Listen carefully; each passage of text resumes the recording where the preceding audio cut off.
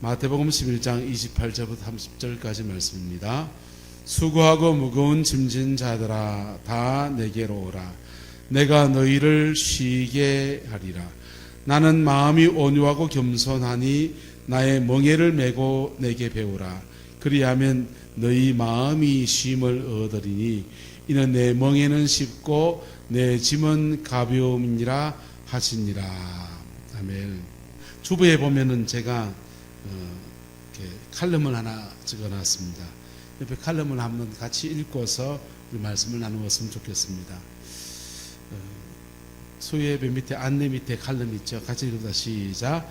햇빛이 뜨거우면 양산의 그늘 밑으로, 비가 오면 우산의 그늘 밑으로 들어간다. 아기가 태어나면 부모의 그늘 밑에서 자라며 학창시절 스승의 그늘 밑을 통과한다.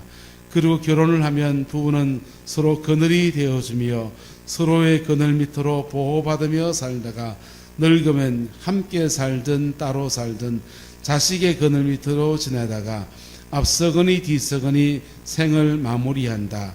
그게 인생 나그네 길 아닌가. 비 올 때 우산의 그늘이 필요하듯 그때그때 필요한 그늘들이 인생 길에는 있다. 모두가 가야 하는 죽음의 길, 그 길에도 그늘이 있을까? 그때에 우리가 피해야 할 그늘 예수 그리스도이십니다. 아멘. 이 말씀 믿죠? 여러분이 임종을 맞이할 때 여러분의 그늘이 되실 분 누구십니까? 예수님이십니다. 우리는 지금 무더위를 보내고 있습니다. 지난주까지는 햇빛이 쨍쨍 모래알은 반짝이었지만은 조금 그늘진 데만 들어가면 얼마나 시원한지요. 습도가 없어가지고. 근데 안타깝게도 작물들에게는 도움이 되겠지만 어제 가물에 콩나듯이 비가 찔끔 왔습니다. 아침이 되니까 이게 습도가 생기면서 후덥지근해지는 게 정말 힘들더라고요. 다음 주간 대한민국 전체적으로 굉장히 후덥지근한 날씨가 된다고 그래요. 더운 날에 우리는 작은 그늘 한쪽만 있어도 얼마나 좋을까라고 생각을 합니다. 계절에도 그늘이 필요하듯이 우리 인생의 고비고비마다 그늘이 필요합니다. 할렐루야. 저와 여러분의 인생의 그늘이 위대한 그늘이 되어주는 예수 그리스도를 믿음으로 맞이할 수 있게 되기를 주의 이름으로 축복합니다. 예수님은 우리가 죽음을 넘어갈 때에 그늘 되어주겠지. 여러분 맞아요. 하지만 죽음을 넘어갈 때만 그늘이 아니라 오늘 하루 살아가는 우리의 생활과 삶의 모든 자리에서 주님은 그늘이 되어주시기 원하시는 분이시고 충분히 그늘이 되어줄 수 있는 능력의 하나님이신 것입니다. 그 은혜가 저와 여러분과 함께하게 되기를 예수님의 이름으로 축복합니다. 오늘 본문에 보면은 28절에 보면 이렇게 말합니다. 수고하고 무거운 짐진 자들아. 이렇게 두 가지로 짐진 사람을 두 부류로 말씀을 합니다. 인생은 수고의 짐을 진 사람이 있고 무거운 짐을 진 사람이 있습니다. 수고의 짐이 뭡니까? 예? 수고의 짐은요, 자식들 먹여 살리려고 내 스스로 지방칸이나 장만해서 인생 살아보려고 이 땡볕살에 열심히 전신주에 올라가기도 하고 이 땡볕살에 하우스에 들어가서 열사병을 각오하면서 그렇게 인생을 살아내시는 분들, 시장에 장사하는데 사람들 손님들 중에서는 참 좋은 손님도 있지만은 때로는 굉장히 어려운 분도 있잖아요. 까탈스럽고 굉장히 까다롭게 하는 손님들도 꾹 참으면서 그 손님들 응대하고 접대하는 이유는 왜 그렇습니까? 돈 벌어서 그걸로 자녀들을 위해서 뭐라도 해나 해주려고 하는 인생에는 수고의 짐을 진 사람들이 존재합니다. 옆 사람 축복합시다. 당신은 수고의 사람입니다. 여러분, 인생에 수고의 짐진 사람들이 있었기 때문에 오늘의 이 나라 이민족이 존재하는 줄로 믿습니다. 60년대, 70년대 산업화 시대에 80년대까지 산업화 시대에 우리 얼마나 열심히 일을 했습니까? 예? 좋은 거 생기면 다 장에 갖다 팔고 여진 건 누가 먹고요?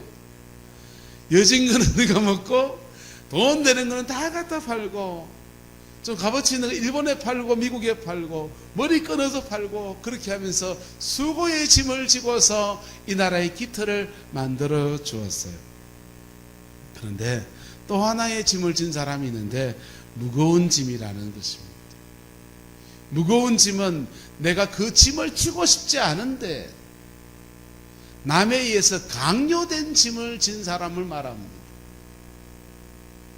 나는 이런 인생을 살고 싶지 않고 이런 일을 하고 싶지 않은데 남들이 억지로 그냥 덩떠머려서 그냥 덮어씌우는 그 짐을 짊어지고 가는 사람들. 이 예수님 당시에 유대 나라는 로마의 식민 지배 안에 있었습니다. 그래서 로마의 군병들에게는 로마 유대인들을 착출하는 착출권이 있었어요. 그래서 길 가는 사람 아무나 보고서 야 너 이리 와 해가지고 이거 짊어져 하면 얄짤없이 그걸 짊어져야 됐습니다. 그런 짐들이 무거운 짐입니다. 인생은 때로는 수고의 짐과 때로는 무거운 짐을 짊어지고 갑니다. 그런데 우리 성강교회 와서 목회를 하다 보니까 연세가 많은 분들을 이렇게 뵈면서 또 하나의 짐을 지고 있는 걸 보아요. 그게 뭐냐 하면 무료함의 짐입니다. 아침에 일어나서 오늘은 뭐 하면서 시간을 때울까? 오늘은 무엇 하면서 시간을 보내야 될까? 뒷산에 한번 올라갈까? 해변길을 한번 걸을까? 친구들이랑 미나토나 치며 보낼까? 여러분, 연세가 드시고 하던 일들을 생업을 다 놓고 나니까 그때부터는 남는 게 시간인데 그 시간을 어떻게 보내야 될지에 대해서 고민스러운 그런 분들을 많이 뵙니다. 어쨌건 인생이라고 하는 것은 이런 짐이든 저런 짐이든 그의 몫의 짐을 짊어지고 살아갑니다. 그런데 주님이 말합니다. 그런 짐진 자들에게 다 내게로 말합니까? 오라. 주님의 초청장에 응답하셔서 오늘 이곳에 계신 여러분들을 주님의 이름으로 축복합니다.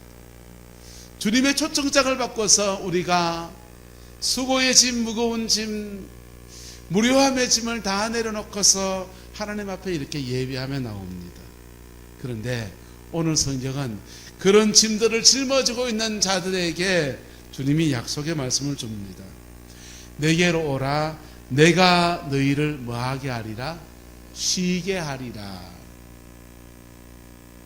주님께 인생의 짐을 지고 가는 사람들에게 주님이 초청하면서 말씀하시기를 내가 너희를 쉬게 하리라.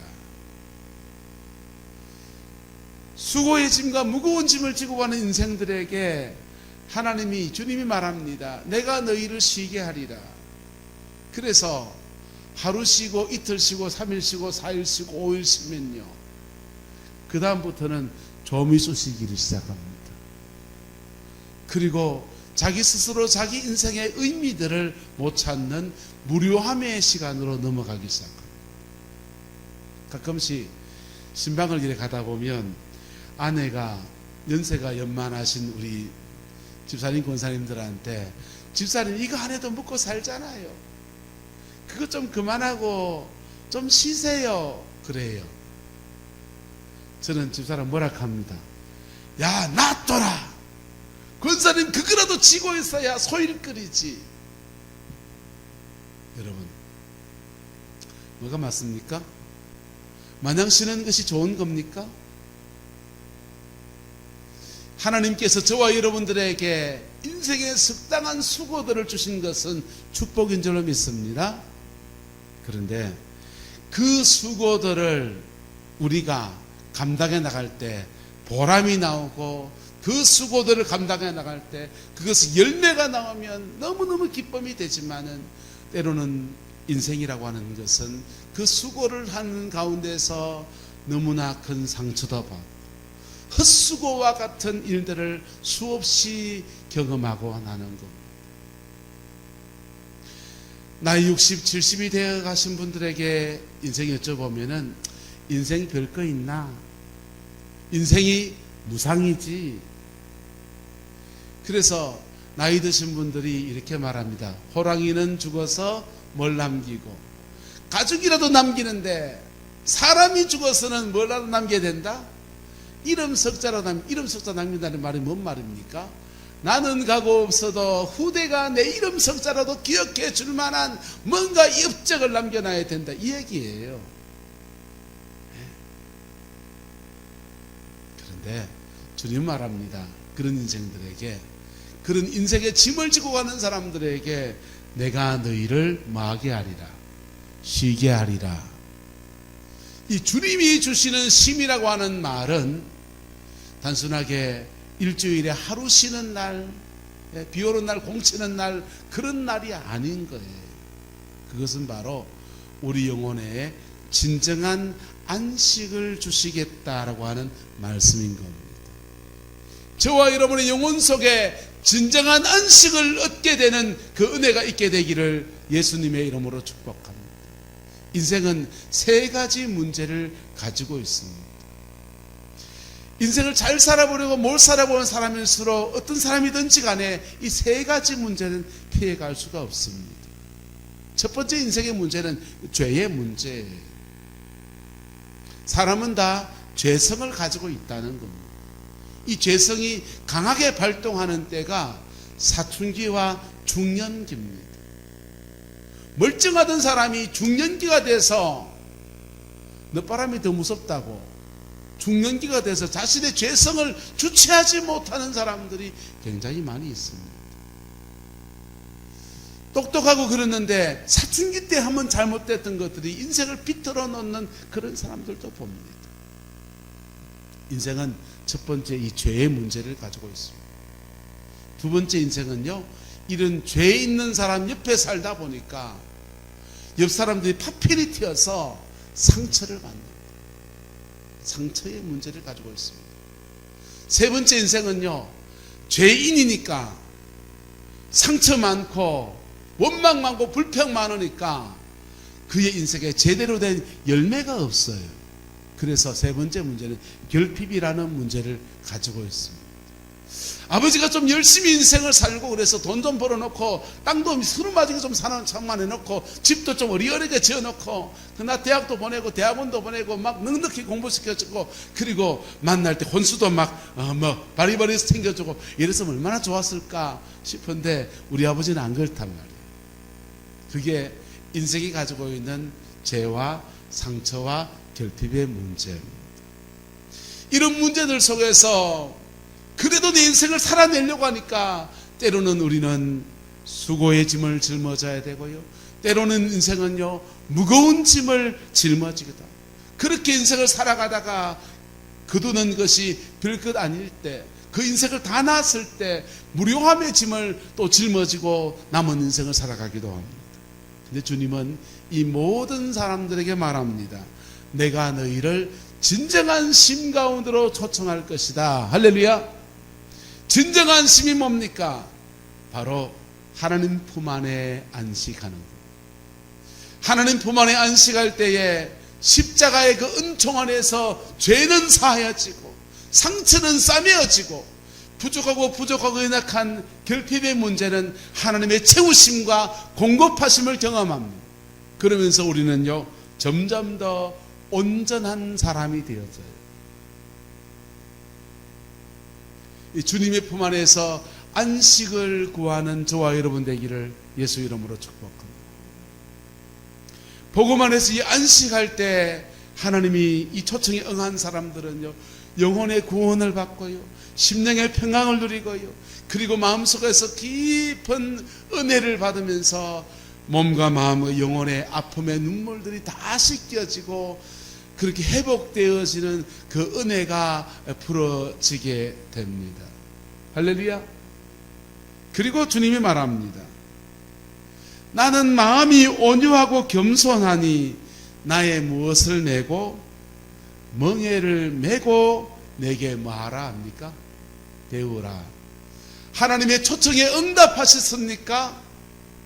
그 초청 안으로 깊이 들어가시기를 축복합니다. 초청 안으로 깊이 들어가면 하나님이 주는 진정한 안식이 우리 영혼 속에 부어져서 그 안식 안에서 우리가 온전하여지고 마음에 클클하고 답답한 것이 풀어지고 회복이 되어지는 놀라운 은혜가 주어져요. 그 은혜가 주어진 사람들에게 주님이 그 다음 말씀하시는 거예요. 나는 마음이 온유하고 겸손하니 나의 멍에를 메고 내게 뭐하라? 배우라. 인생 내 짐도 무거워 죽겠는데 무슨 또 짐을 지우겠다고 주님이 나의 멍에를 또 메라고 말씀하십니까? 이것은 이스라엘의 농사법을 이해해야만 이해할 수 있는 말씀입니다. 이스라엘의 농사법은 소 2마리, 3마리를 결의로 해가지고 밭을 갈아갑니다. 그런데 가장 센터에 힘이 센 소를 가운데 둡니다. 그리고 그 옆에다가 힘이 약한 어린 송아지를 함께 결의를 매는 겁니다. 그럼 어떻게 됩니까? 힘은 다 누가 썩어요? 힘센 소가 짊어지고 어린 소는요, 그 힘센 소와 함께 걸어가는데 밭이 매지는 거예요. 신앙 안에서 승리하는 사람들이 되어질 때 우리에게 주어지는 승리의 공식이 뭐냐 하면요, 주님과 함께 걷는 것이 될 때부터 인생은 승리하기 시작합니다. 수고의 짐이든 무거운 짐이든 내가 짊어질 수 없는 그 짐들을 주님 안에서 짊어지고 나갈 수 있는 그 힘이 그에게 공급되어지기 시작합니다. 힘은 다 누가 쓰시고요? 주님이 쓰시고 나는요 그 주님과 함께 걷는 거예요. 우리가 주님 안에서 쉴 때 우리의 마음에 상처를 싸매어 주시고 우리의 죄성을 씻어 주시고 우리의 결핍 부족하고 부족했던 것들을 공급하셔서 채우셔서 우리를 온전하게 만들어서 온전해진 자에게 주님이 그 다음 말씀을 주시는데 나의 멍에를 메지 않겠니? 그리고 내게 배우지 않겠니? 싫어요! 이래버리면요 그분은요 믿음의 그 다음 단계로 못 가는 거예요. 하나님은 믿음 안에서 쉼을 주셨다가 그 다음 단계로 이끄시는데 이끄심을 따라가는 훈련의 과정이 그게 광야입니다. 하나님과 함께 걷는 거예요. 하나님과 함께 범사의 모든 일들 속에서 하나님과 의논하고 하나님의 뜻을 구하고 하나님과 맞추어서 살아가는 것들을 해보는 겁니다. 그럴 때 우리는 세상과 다른 방식으로 세상을 살아내는 사람이 됩니다. 가정의 삶을 꾸려가는 건 똑같아요. 가정주부로서 음식을 하고 식구들 빨래를 하고 집안 소재를 하고 또 바깥에는 장사도 하고 농사도 짓고 똑같아요. 하는 일은 똑같은데 그 일들 속에서 변화되어진 내 안에 정결해진 내 안에 성령님이 함께 하시는 그 은혜가 있어서 감당해 나가는 거하고 또 하나는 그 일들 하면서 주님과 함께 그 일을 함께 해 나가는 것. 그럴 때 인생은 내가 알지 못하는 내가 감당할 수 없는 엄청난 열매들이 맺어지게 됩니다. 29절 말합니다. 나는 마음이 온유하고 겸손하니 나의 멍에를 메고 내게 배우라. 바꿔 말하면 나와 함께 같은 멍에를 메고 함께 걸어가자꾸나. 그럴 때 너희의 마음은 무엇을 얻고 쉼을 얻을 것이고 그리고 너는 이 멍에를 함께 짊어지면서 하나님이 함께 너와 일하시는 것이 무슨 열매인지 무슨 역사인지 보게 될 것이다 라고 말하는 것입니다. 이 말씀을 여러분의 삶으로 이루어가는 은혜가 있게 되기를 그리스도의 이름으로 축원합니다. 믿음의 삶을 살면은 사람들은 주님의 이 부르심을 받는 계기들이 사람마다 다들 다릅니다. 수고하고 무거운 짐진 자들아 다 내게로 오라 내가 너희를 쉬게 하리라 이랬는데 부르심을, 하나님의 초청을 받는 계기들은 사람마다 달라요. 어떤 사람은 몸이 아파서 그거 교회 오면 나사준다 하니까 교회 와서 낫는 분도 계시고, 어떤 분들은 인생에 예수 믿으면 복 받는다 하니까 인생의 절망을 지나가다가 예수 믿고 복 좀 받아보려고 그렇게 오시는 분도 있고요. 사람마다 다를 수 있습니다. 주님은 그런 분들에게 말씀합니다. 내가 너희를 쉬게 하리라. 하나님이 주는 안식의 쉼을 누릴 수 있게 되기를 예수님의 이름으로 축복합니다. 술 마시며 쉬는 거하고는 달라요. 구름 해변가에 가서 그냥 해수욕 하며 쉬는 거하고는 달라요. 뒷산에 올라가서 등산하며 쉬는 거하고는 달라요. 더운 날 에어컨 밑에서 그냥 배 두들기고 쉬는 거하고는 달라요. 하나님이 주는 진정한 안식은, 진정한 쉼은 우리 영혼의 죄를 씻어주시고 마음의 상처를 싸매어주시고, 그리고 성령이 임하셔서 우리 영혼 속에 한없는 평강으로 역사하는 쉼이에요. 그 쉼이 저와 여러분의 있기를 축복합니다. 그 쉼의 시간에 하나님 우리를 회복시키시고 은혜를 주시고 우리에게 세임을 주시고, 그리고는 우리에게 다시 말씀하시는 거예요. 나의 멍에를 메고 내게 뭐하라? 배우라. 배우고 그 배운 것을 내 삶에 실천해 나가면서부터요, 우리는요 예수님 안에서 천당 가는 티켓 받아서 구원받는 정도가 아니라 예수님 안에서 풍성한 삶이 그에게 풀어지기 시작합니다. 믿음의 원리를, 말씀의 원리를 적용하면서부터 성령님과 함께 일하는 법, 태산 같은 문제 속에서 내 힘과 내 지혜로 머리 짜매면서 해도 안 되는 것들을 하나님의 지혜가 함께하는 역사를 경험합니다. 하나님이 풀어가는 은총의 역사를 누리기 시작합니다. 그 은혜가 저와 여러분의 있기를 예수님의 이름으로 축복합니다. 이렇게 새벽에 말씀을 나눴지만 록펠러 얘기를 한 번 더 하고서 여러분을 마무리하려고 합니다.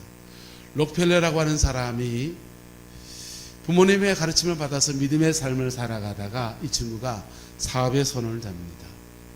그 당시 그 동네에 금광 개발붐이 있었기 때문에 금광을 개발해서 큰 돈을 벌어보려고 있는 돈 없는 돈 다 끌어모아서 금광 사업에 뛰어듭니다.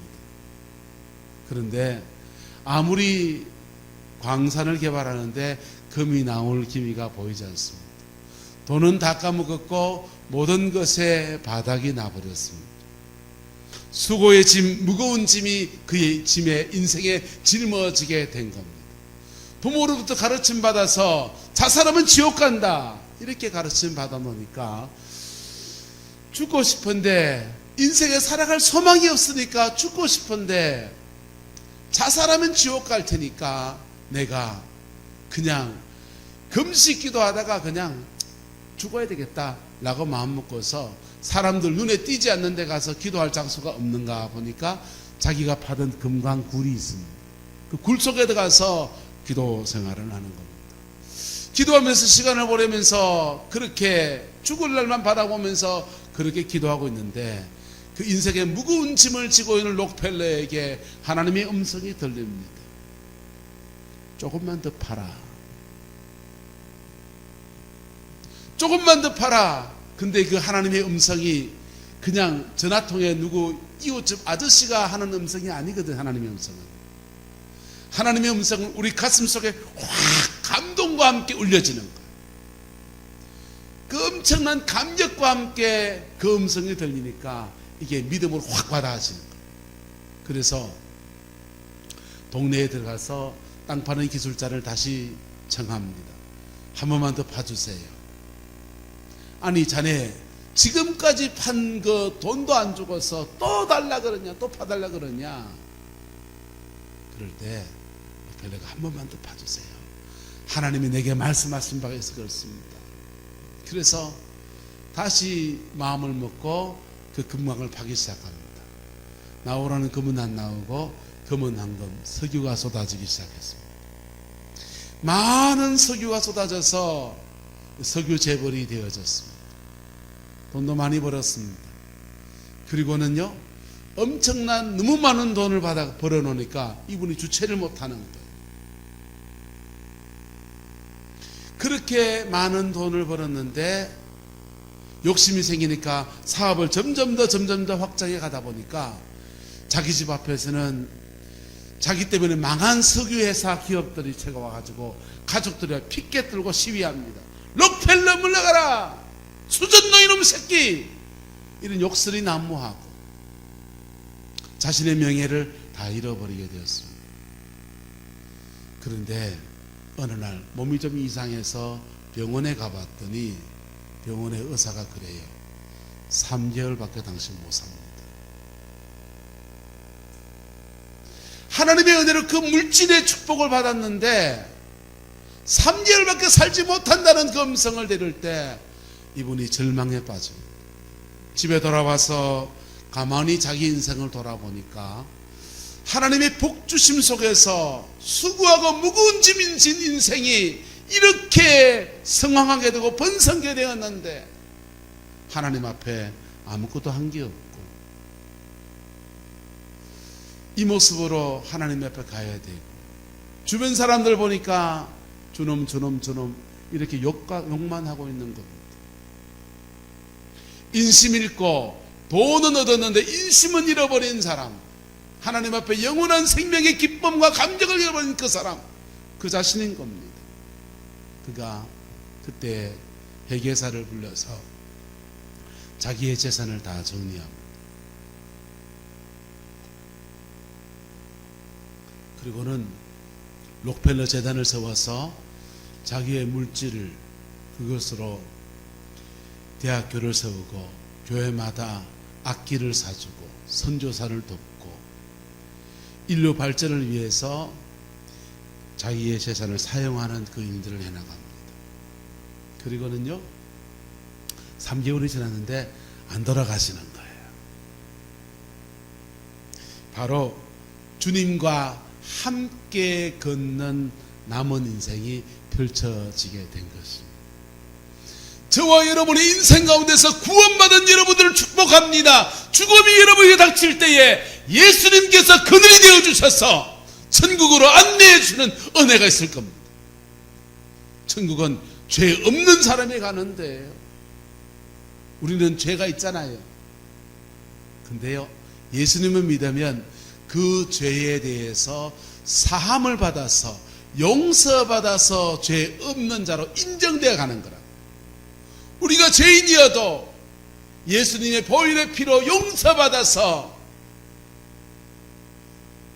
죽음 앞에서 우리의 그늘이 되어주는 그분의 은혜로 천국 가게 될 겁니다. 그런데 오늘 주님의 두 번째 초청, 나의 멍에를 메고 내게 배우라. 이 음성 앞에 여러분 어떻게 응답하셨습니까? 주님의 멍에를 메고서 주님께 배우고 그 배운 것을 가지고서 여러분의 가정 안에서 남편을 세워가, 자녀를 세워가, 주님의 멍에를 메고서 주님께 배운 것으로 교회를 섬기고, 주님의 멍에를 메고 주님께 배운 것으로 그의 인생을 풀어가는 것, 그거 얼마나 하셨습니까? 그거 제대로 했다면 인생의 열매가 전혀 다른 열매가 아마도 맺어졌을지 모르겠습니다. 포항에 좀 소망의 대학이 하나 있지 않습니까? 한동대학교.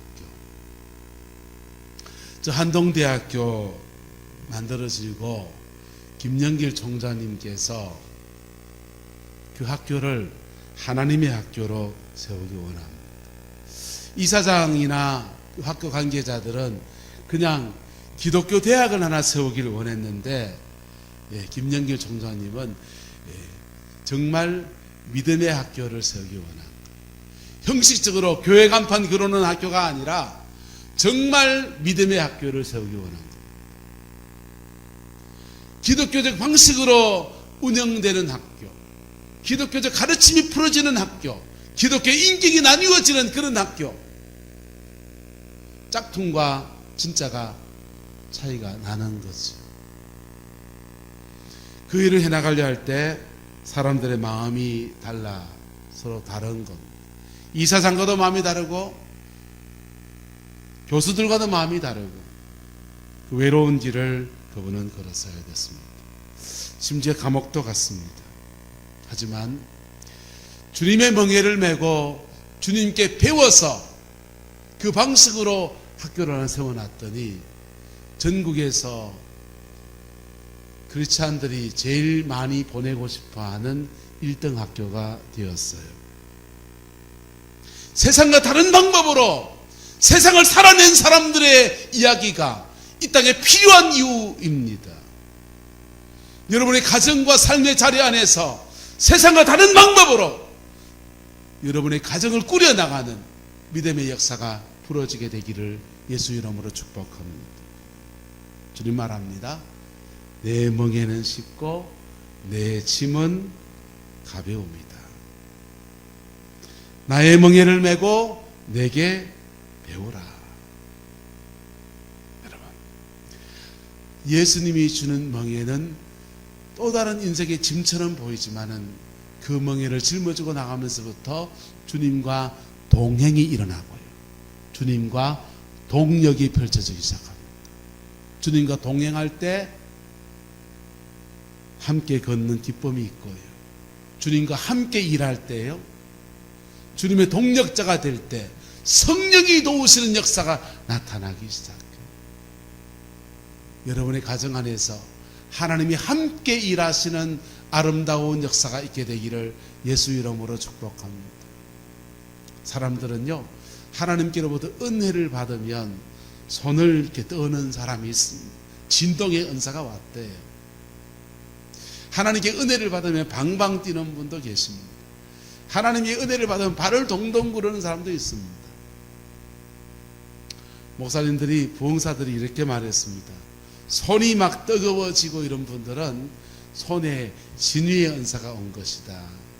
그래서 아픈 사람에게 손을 얹으면 질병을 치료하는 능력이 나간다 이랬어요. 근데요, 사실은 반만 가르쳐 드린 거예요. 손에 성령의 진동이 막 오는 것은 뭐냐 하면 이런 뜻입니다. 한번 따라 합시다. 네 손에 나의 손이 함께하리라. 너희의 손에 내가 함께 줄 거다 이거예요. 그래서 병자에게 손을 얹으면 하나님의 손이 함께 해주니까 치료가 일어나는 거죠. 근데요, 그 하나님이 함께 하신 그 손 가지고 김치 담으면요, 김치 담는 그 일들 속에서 하나님이 동력하시고 함께 하시는 역사가 일어나는 거예요. 발에 막 기도하면서 막 은혜 받은 발을 동동 구르는 분들이 계십니다. 발바닥이 뜨거워졌대요. 부흥사들이 이렇게 말했습니다. 발에 성령의 불이 온 사람들은 전도자의 은사가 있는 사람들이다. 그래서 그가 밟는 땅마다 하나님이 생명을 구원하는 역사를 일으킬 것이다. 반만 가르쳐 드린 겁니다. 한번 따라합시다. 네가 발 딛는 데마다 내가 함께하리라. 그 뜻이에요. 네가 발 딛는 데마다 내가 함께 해줄 거다 이 뜻이에요. 그래서 네 발로 수고하는 발 딛는 그 자리마다 내가 함께해서 네 일을 내가 감당해주고 내 일을 네가 감당하고 네 일이 내 일이고 내 일이 네 일은 그런 동력의 관계로 나가게 될 것이다 이 말씀이에요. 불신자의 가정에 팔을 짚고 들어갈 때 하나님이 함께 해주니까 당연히 전도도 되죠. 여러분, 무슨 말입니까? 하나님은 우리에게 말씀합니다. 내가 너와 함께 할 것이다. 그 함께하는 하나님과 함께 일하는 법, 그것을 터득하고 그 배워야 되죠. 하나님과 함께 일하는 법을 배워야 되죠. 그리고 그 일하는 법을 배워서 그렇게 행하여 갈 때 인생은 전혀 다른 열매가 맺어요. 왜 그러냐? 이 땅에는 영의 문제가 존재하거든요. 무슨 문제가 존재한다고요? 영적 문제가 존재하는데 세상을 열심히 사는 사람들이 사단 마귀를 어쩔 줄 몰라요. 마귀를 제압하는 거 배워본 적 있습니까? 학교에서? 네? 열심히 기업체 가서 마귀를 때려잡는 법 배운 적 있습니까? 병원의 의사 선생님이 가르쳐 줍니까? 학교 선생님이 가르쳐 줍니까? 그런데 이 땅에는 사단이 존재하거든. 그 사단이 여러분의 삶을 크게 노력하거든. 근데 하나님의 은혜 아래서 나갈 때 영은 영으로 이겨지는 거예요. 마귀를 제압합니다. 그리고 하나님과 동력할 때 우리 속에서 계속해서 하나님의 은혜가 함께하면서 새 힘을 공급하시고 지혜를 주시고 하나님이 풀어가는 놀라운 역사가 있는 거예요.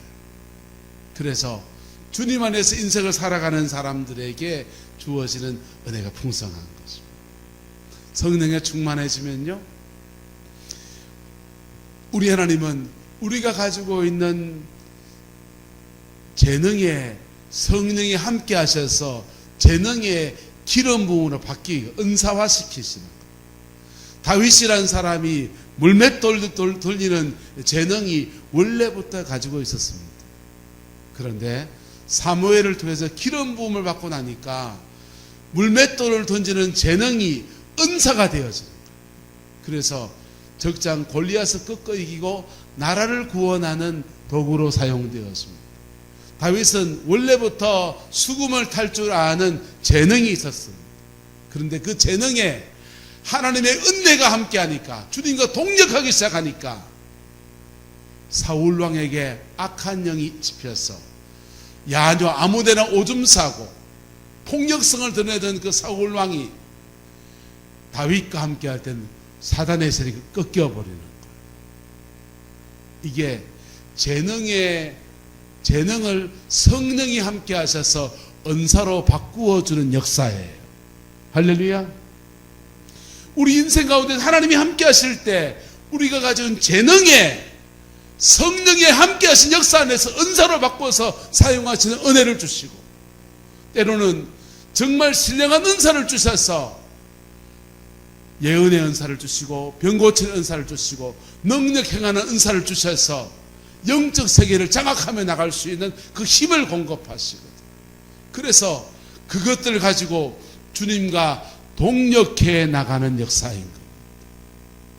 저와 여러분 안에 이 두 가지 하나님의 은혜, 쉼을 향한 부르심과 함께 일하고 동력하게 하시는 이 두 가지 부르심을 함께 이루어가며 이 속에서 여러분의 남은 인생을 전혀 다른 열매를 맺어가는 은혜가 있게 되기를 주의 이름으로 축원합니다. 기도하겠습니다. 좋으신 아버지 하나님, 오늘도 우리가 주님의 말씀 앞에 섭니다.